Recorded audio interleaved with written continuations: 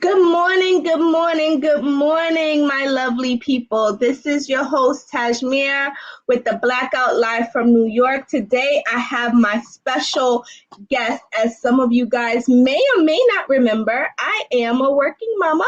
So this is my chief of staff, Elijah, who will be joining us today as we discuss a few different headlines that I have laid out and prepared for our conversation today. But let's just set the scene of what the Blackout Live from New York is. If you're new to tuning in, thanks for joining. If you have been watching for a while, thanks for coming back on Saturday mornings to be with me. This is the Blackout Live from New York with Tasemere, your host. The purpose of this segment is to celebrate Black folks across the diaspora and to have an open dialogue about Black economics, how we reimagine trends in business and explore the magic that we have. Today's segment, we will be exploring headlines such as Ashanti's re-recording her debut album. What the heck is that about? Black residents and Mayor London Breed demand San Francisco give center as reparations. What is going on the West Coast? The first Black woman-owned cannabis speakeasy opens up in LA with the backing of Jay-Z. Will Smith, Sean Diddy Combs also has changed his name as Love, I believe it is. So we might put Love or Sean Diddy in quotations. I don't know which one. Along with Kevin Durant Invest in electric boat startup. Tyler Perry is finally going to be relinquishing some of his creative control. What does that mean? And then finally, we will be reviewing this article on labor crunch and how it is breeding the rise of robots. Like, what is that about? Also, I just wanted to share some commentary towards the end of this segment around basically a workshop that I was in this week that really left me wondering what the heck is happening with our traditional public-private partnerships. And I just wanted to give my commentary on that. So before I go any further, definitely feel free to participate. I will put the link in. See, Elijah is also telling you to participate in the articles that we will be reviewing. Give me your commentary, and if you want to come up and just have further discussions with me, just let me know. I'll drop the link in the chat. So let me share my screen as I always do. Yes, I do have my little chief of staff with me this morning. Let me share the screen like I usually do so you can see the article that I'm referring to and we can just jump right into it.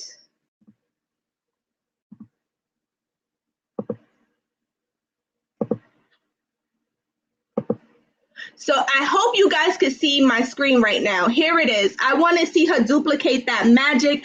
Gotti blasts Ashanti for re-recording her debut album after failing to obtain her master's he holds. So I don't know if you guys are familiar with this, but most artists that sing songs, rap, whatever it is that they do, they usually don't own their masters. And their masters are basically saying like they have this intellectual property that allows them to control where this music is placed and also open up other streams of revenue for them. So usually, you know, their production company or their manager or whomever it is that is fronting the money for them to be able to record this music, they will then own the masters, right? So Ashanti has decided she is going to take back some of her creative control after she saw Taylor Swift do this, and she is going to go back and re-record her debut album so that way she can own all her masters, right? So what does that mean for Black economics? This is changing how our entertainers are thinking about the products that they are producing in their creativity and really stepping outside of just being a creative and stepping into being businessmen and women that are trying to figure out different multiple streams of revenue that they can have, maybe off of one song, maybe off of one album, how they might be able to do licensing deals or jingles or whatever it is that they want to do. So just wanted to bring that to you guys' attention. I know we haven't seen much of Ashanti over the years, but she is a notable singer-songwriter. She does a lot of different things, and I'm so glad that she is like saying, you know what, you could hold the original, but I'm gonna go out here and I'm gonna do my own thing. You okay, baby? Okay. So now let's move on to the next one. Good morning, Michael. Hey, Leroy. How are you guys doing out there? Now, I want to go over into what's going on in San Francisco. I didn't even know that this was happening. So I learn something every week by reading these articles. But over in San Francisco, their mayor and the residents are demanding some reparations from the city of San Francisco for destroying their Fillmore neighborhood. So basically here you'll see that Mayor London Breed is committed to like banding with her residents there and basically demanding that the city give them reparations in form of this center that they would like to have turned over to them in the Black community. And I wanted to bring that and highlight that because oftentimes we are stuck in our own communities and we don't really take a chance to look and expand and see what else is happening. What do you guys think about that? I think that it's very interesting that people are really like forcefully demanding that cities and government give back things to the Black community in a very strategic way. So I wanted to bring that up, see if you guys had any thoughts about it. Definitely let me know in the chat. As I move into this first Black woman-owned cannabis speakeasy that's happening also out on the West Coast. So let me share that with you for a moment. How are you guys doing out there today? Let me know where you're tuning in from. So we have here the first Black woman-owned cannabis speakeasy opens in Los Angeles after gaining backing from Jay-Z. Now we know that cannabis has become a major talking point around this nation, around what to do with cannabis in different cities and states and, you know, local government are trying to figure out if they're going to legalize it, if they're not, how are they going to allow people to basically partake in this industry to make money. And so we also know that cannabis has ruined a lot of Black communities with the war on drugs that happened, you know, in the early, don't quote me here, late 70s, early 80s, something around there.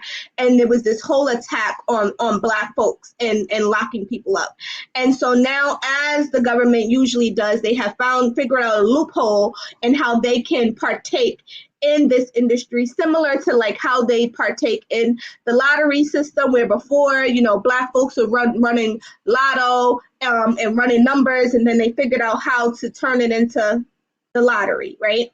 So we see the same kind of thing happening here.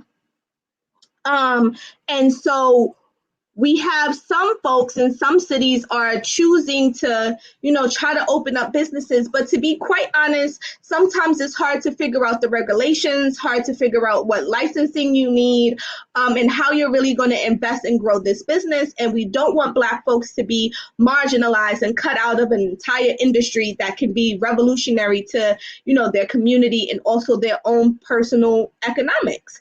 And so it was really interesting for me, but not really, to see Jay-Z backing folks, because over these past couple of episodes, we have seen that a lot of entertainers are backing different kind of startups and investing in Black-owned businesses. And so definitely wanted to just shout that out. We have a comment here from Michael. We have developed a strategy that created public-private relationships that empower poor communities and reduce gentrification and crime. I agree. And I think we have to do it more. But I think one of the things that we have to do, and my network mate Chap and I spoke about this last week, is making sure that we maintain the integrity of the communities that we're going into. He and I had a really open and raw conversation around what's going on in Baltimore and how there's all these different groups, outside groups, coming in, getting funding to do certain things in Baltimore around gun control and gun violence. And they're basically doing like a piecemeal kind of thing where this worked out in New York or this worked out in Chicago, and I'm going to come here and I'm going to do it in Baltimore, and they aren't committed to the community the way that they should be. So I would just add in there that as we are trying to reimagine how we produce better cities for people in the communities that they live in, and resources and businesses, I would just say if we are not from that place, we probably should partner with some stakeholders and anchor institutions that have been doing the work and learn from what they have done, instead of, trying to be all Christopher Columbus-y and thinking that we know better for people than they know for themselves. Which leads me into this interesting article here that I wanted to share on this MBA analyst that basically wants people to pay for Black culture. And he's like, they've been just taking our culture for forever, and if they like it so much, they should pay for it. He tweeted it out, and it has since gained some traction. And so here's the article. Perfect. Pay for reparations. MBA analyst Jalen Rose sparks debate on the cost of culture.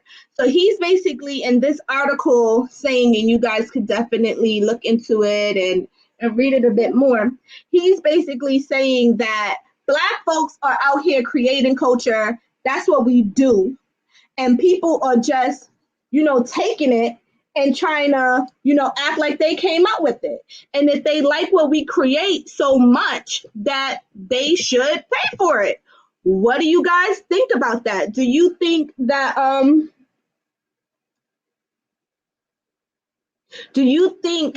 that is valid? I do. I want to know what you guys think. So we have another comment here. You have to do a comprehensive and holistic approach that builds infrastructure and economic, social, and physical development. Baltimore up next. I agree wholeheartedly with you, and that is exactly my sentiments. I share the same sentiments as you do. So as we move into this other article here about Will Smith, P. Diddy Combs, but he changed his name to Love, so I don't even know if we're supposed to be calling him Sean P. Diddy or anything like that. Don't know what he wants to be called anymore. But he and Kevin Durant and Will Smith have invested in this electric boat startup, where again we're seeing like entertainers and people in different social arenas are deciding that they are going to invest their money in other startup companies and really getting into this whole investment game, which is super, super interesting, and I love it a lot. And this electric boat company, I wonder where I know that we have a lot of different new forms of energy that we are trying to tackle. So wondering, how do they even find out about this electric boat company? What the heck is going on with that? And really, what is the end game for them? And what role are they going to be playing in the company? So really want to keep my eyes on that. Now, this is a guy that we know. Some people love him, some people not so much. Tyler Perry. We have heard over and over that he does not like to share the limelight, and he does not want any kind of criticism on his writings. Well, the tide is turning here, and he is deciding that he is going to relinquish some of his creative control over various series to like the directors and the writers. What do you guys think about that? I'm kind of torn. As a founder, I understand the struggle to relinquish some control for something that you've created, right? Like you're like, listen, this is a work of art for me. I worked really hard at creating this. I don't just want someone to come in and just change the whole platform that I'm working on. But at the same time, I also understand that there's room for other opinions, and people can just elevate things in ways that you might have blind spots. So I wonder what is that going to impact for his like his IP. I'm very into this intellectual property, as you guys can see. If you are giving up some control and co-creating with someone, does that mean that these directors and people in these writing rooms are going to be able to say that they have some stake in what they have co-created with Tyler Perry? How does that change his economics? Does he have Black writers? I don't know. Really wanting to dive into that a little bit more, but wanting to definitely bring that to you guys' attention. And the last article that I wanted to go over today is around almost tying into this whole idea of the Great Resignation, but also we're moving into this whole robot phase. And I am a little afraid that we're going to turn into iRobot, that movie with Will Smith. Not really sure, but the rise of the robots is coming with these labor crunches. And, companies are experiencing people not wanting to come back to work, demanding better working conditions and, amenities for what it is that they want to do. And so some industries that can automate are definitely doing that, while others are thinking about automation in form of robots. What are your thoughts? Please let me know. I would love, love, love, love, love to talk to you about it. I'm actually going to put the link in the chat here. So if you would like to join me before we close out today, is a pretty short day, I would love to do that. But wanting to know, what do you guys think about this labor shortage? What do you guys think about any of the articles that we talked about as I go into my own commentary around this event that I went to on Zoom this week? So I won't shout out the organization, but I will just say someone from the organization has been asking me to volunteer for quite some time. And I have been, super busy with other things that I was doing. But this time I definitely said, like, hey, I'm going to come to this Zoom. And so I go on the Zoom, and it's a public-private partnership around transportation. And they are talking about how people are working from home and how they want to implement new policies around making sure that people are actually working when they are on the clock. So they want to do things such as making sure that people have their cameras on. They want to mandate that. They want to mandate that, you have a designated workspace, and all those things were, they were like, okay, whatever. But what really got me going was when they said, we don't want to hear dogs barking, and we don't want to hear children in the background. As you guys can see, I definitely have a young person with me, right? And so I made a comment that it seems like they are almost equating external environmental factors to how well you can be effective at your job. Some people do have small kids. Some people have kids that are in school, but school lets out and they have different holidays, and they can't always find childcare. So it's almost as if like you hear a kid in the background, you're equating that with saying like, okay, this person isn't really working. And so the response that I got back was, people should pay for childcare. Now, that kind of put me in a sour space as I was thinking about the culture that they were creating, and what I thought they were missing in this whole conversation was that people are now valuing where they place their time and their spaces and their bodies in different spaces, right? And so if you are telling me that you basically want me to be a robot and you don't want to hear anything in the background and you want to see me for 8 hours to make sure that I'm working, you might want to hire a robot, because that might not be practical in the world that we live in. Wanting to know what you guys think about it. As you can tell, I'm definitely not going to volunteer my time, energy, or talents to this space, because that's not something that I support. But definitely wanted to hear your comments. Michael, definitely come up and join me for a moment. Let's talk about these things. I put the link in the chat. I will wait a couple of minutes. Let me know if you want to come up and talk to me about this stuff. Michael has written another comment, which I will display. We have created a West Tampa CDA Technology Wealth Building and Job Creation Center to change the narrative. Let's talk about it. That sounds dope. Michael, I put the link in the chat. Please click the link and come on and talk to me about what this technology wealth building company is. What do you do? How does it work? How can somebody take part in it? I definitely want to hear more, learn more, share on this platform what it is that you are doing. I will wait for you here with Elijah. He might also have some questions. So as I just wrap up just this segment, because definitely Michael said, hold on, so he's coming. Just want to wrap up some of the articles that we talked about today was Ashanti and her re-recording her master's, which is major for her own economic, platform that she wants to do, but also shedding a light on other artists and entertainers of how important it is for them to own their property of the songs that they're singing, the companies that they or record deals that they might be working with, but to really start getting a handle on, what they're doing and how they're doing it.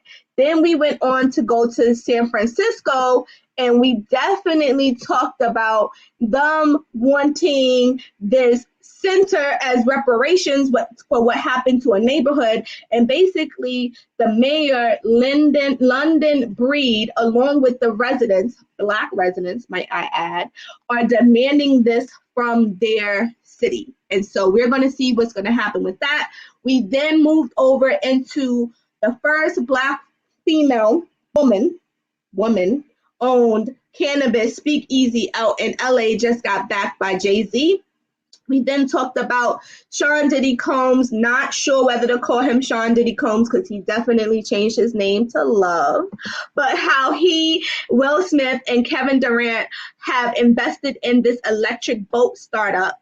Tyler Perry is now relinquishing some of his creative control over some of his works that he is producing. An NBA analyst definitely tweeted out that he thinks that people should pay for reparations to Black folks because they are appropriating our culture, and wanted to know what you guys thought about that. And then we wrapped up with this labor crunch and how it is impacting, the move to having more robots and what the heck is going on with all of that. All of these headlines, as you guys know, are focused really on Black economics and what do we do?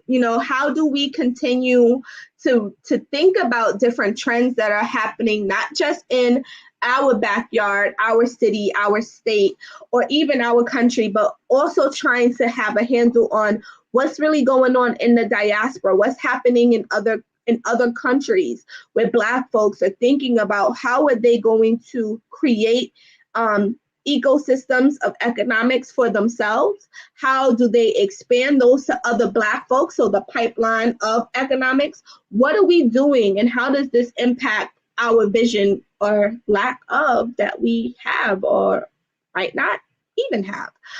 So I'm your host, Tasemere, live from New York. I'm currently in the Bronx, wanting to, just bring this content to you guys every Saturday at 10:15. Also wanted to shout out some of my other network mates. We have programming here every day of the week, Monday through Sunday. So definitely, if you have not already done so, please hit the subscribe button. It might be a bell, it might be a button, whatever it is. If you're looking at it on Facebook or YouTube or someone just sent it to you, make sure that you definitely subscribe so that way you can stay up to date on all the program that we have. Now, Michael, where are you? Okay, he is signing in. So we have Michael. I don't even know what is happening right now, but Michael is going to be coming on shortly and talking to us about this West Tampa CDC Technology Wealth Building and Job Creation Center that he has, I guess, founded, or maybe he's a part of, and he's going to explain to us, how this is going to change the narrative of what we have going on. I'm so happy that Michael has been chatting with me in these comments, and now we're going to have him coming online in a moment. So hold on, don't go anywhere. You don't want to miss this, because I definitely don't. So just hold on for one moment.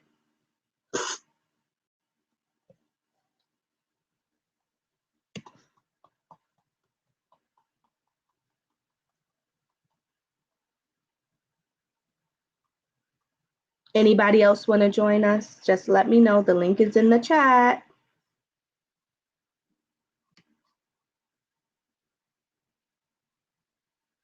So while we wait for Mike to come, I don't know if you guys have been watching politics lately, but Eric Adams here in New York City has become the second Black mayor of New York. Super excited about that, because I basically was at this event before he was mayor, and before COVID. It was with BBEC, and we were trying to put the pressure on politicians, Black politicians to begin with, around contracting and NWBE certified businesses here in New York City, and how we get less than 2% of the contracts. And we wanted to change that. We wanted 22% or more of these NWBE contracts, and how are we going to get it? And he definitely was there. He was in support of what we were asking for. And now that he is mayor, definitely excited to see what he's going to do to try to help Black-owned businesses, and going to definitely keep our foot on his neck about the promises that he was making on his pathway to his mayoralship. And then out in Boston, not sure if you guys heard about this, but out in Boston, they had elected their first female mayor. She's Asian. So, this demographic is changing. We're going over from having mostly white politicians to having politicians that actually represent the communities that they are in. So super excited to see how this is going to continue to change in our political landscape. What is this going to mean for new policies that might come on board, new contracts that might become available? We have this whole big infrastructure contract that is, I think when I was reading it, was about $1.9 trillion. That's a lot of money for infrastructure, rebuilding things like bridges, tunnels, streets, highways. Just our infrastructure that we have might be outdated and not really serving us the way that it should be. So we have to really figure out how we are going to make this work. So Michael, if you can hear me, what I'm seeing on my end is that you would need to connect. Oh, there you go. I'm going to let you in right now. Hi, okay, Mike. Can you see me? Can you hear me? I'm good. I can see you. Yeah, definitely. And I apologize for the technical. I can't hear you. You have to allow your mic. You're muted. Let me unmute you. Oh. You muted yourself. Can you hear me now? Yes. Can you hear me? I can I can see that you're talking, but I cannot hear you. You have to somehow enable your speaker. I can't do that on my end. Let me see.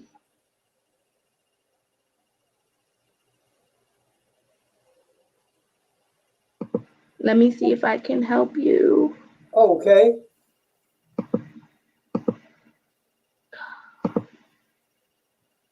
Is it working?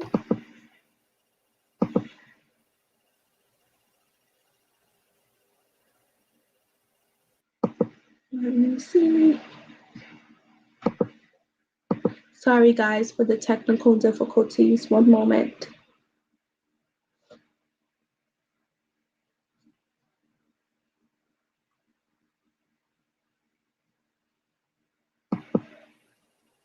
Okay, can you hear me? I still can't hear.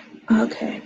Mike, what you're going to have to do is I'm going to remove you, and then you click on the link again and just enable your mic so that way we can hear you, because I definitely want to chat with you. So I'm going to put the link back here, and then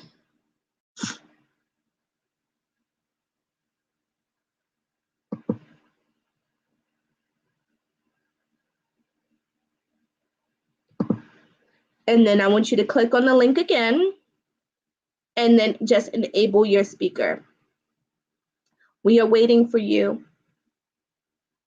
If you are just joining, this is Tasemere, your host from on blackusa.news with the Blackout Live from New York.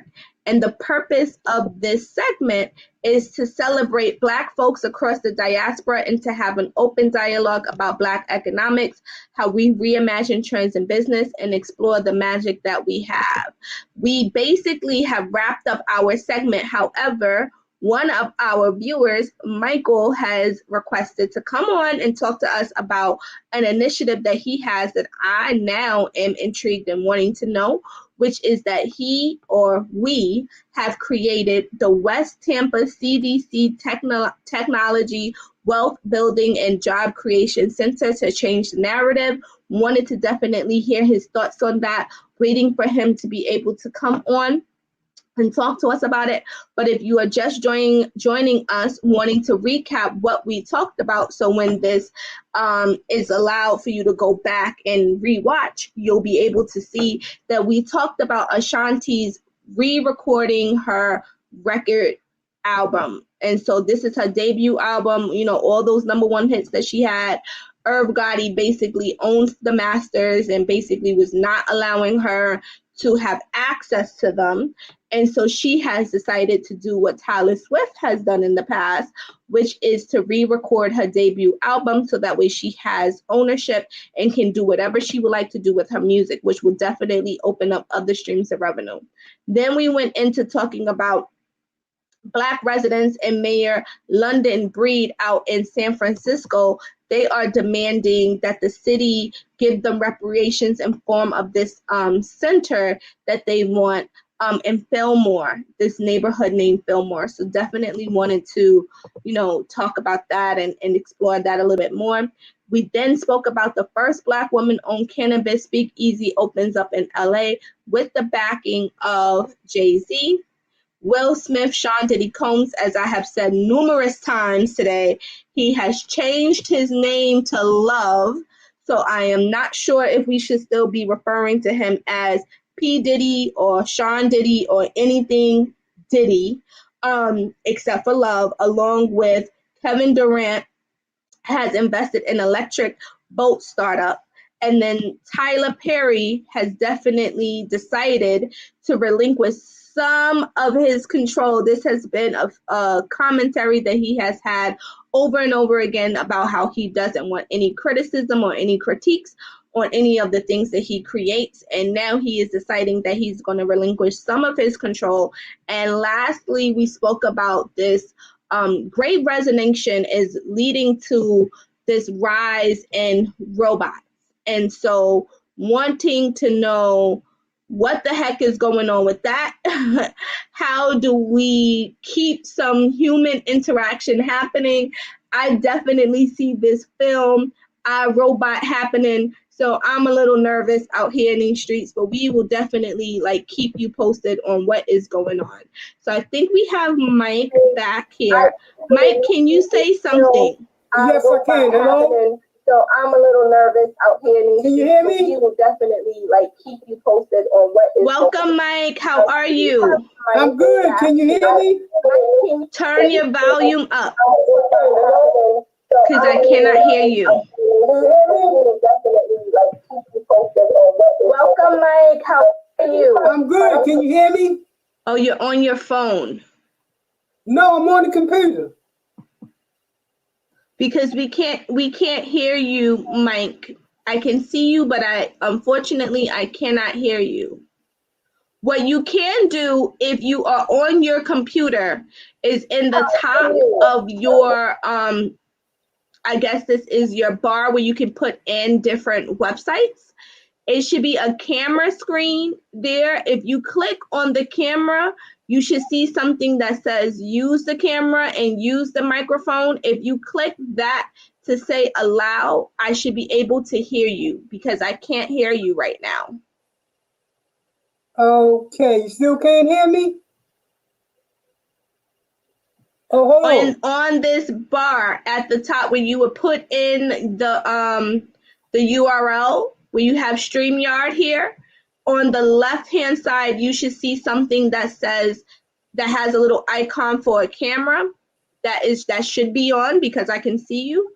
If you click that, you should be able to give permission to use your microphone. If not, I will definitely drop notes here so that way we can schedule you to come on the show. Cool. And we can troubleshoot beforehand. So what I'm going to do is I'm going to drop my email here.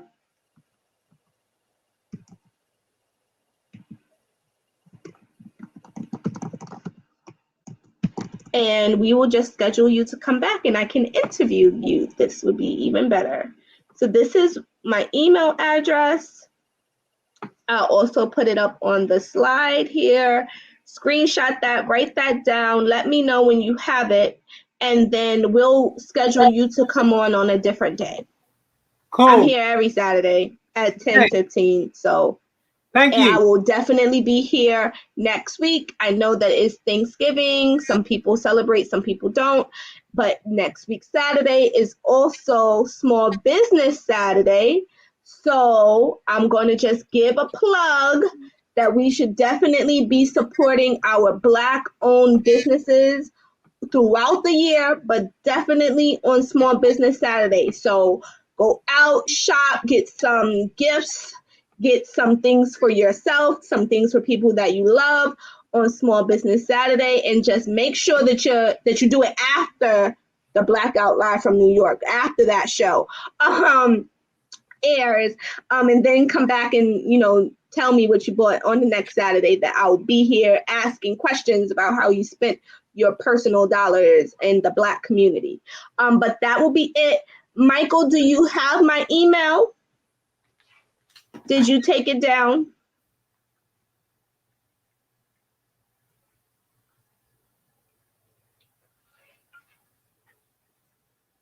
Perfect. So I will be reaching out to you so that way we can schedule some time to have you on the show. And thank you guys for tuning in with me. Can't wait to see you back here again next week, Saturday. As I have mentioned, please tune into my other network mates shows. Monday through Sunday, we have programming here on BlackUSA.News every day of the week, usually at 7 p.m. We also have the Donnie Glover Report and Donnie Glover's show, which is the founder of this amazing platform. His show airs on Tuesdays in the morning around 10 a.m. So be sure to tune in. If you have not already done so, please click that subscription button or click on that bell if you're on YouTube. Please subscribe to our channel so that way you can make sure that you stay up to date with everything that we're doing. Again, this is Tasemere, your host from New York with the Blackout live from New York. Just got a little tongue-tied there today. I like to explore the diaspora of Black folks, the magic that we have, how it ties back into our economics, and we will definitely have Michael here on an upcoming show to talk to us about what he does. Thanks so much for tuning in today. See you next time. Ciao.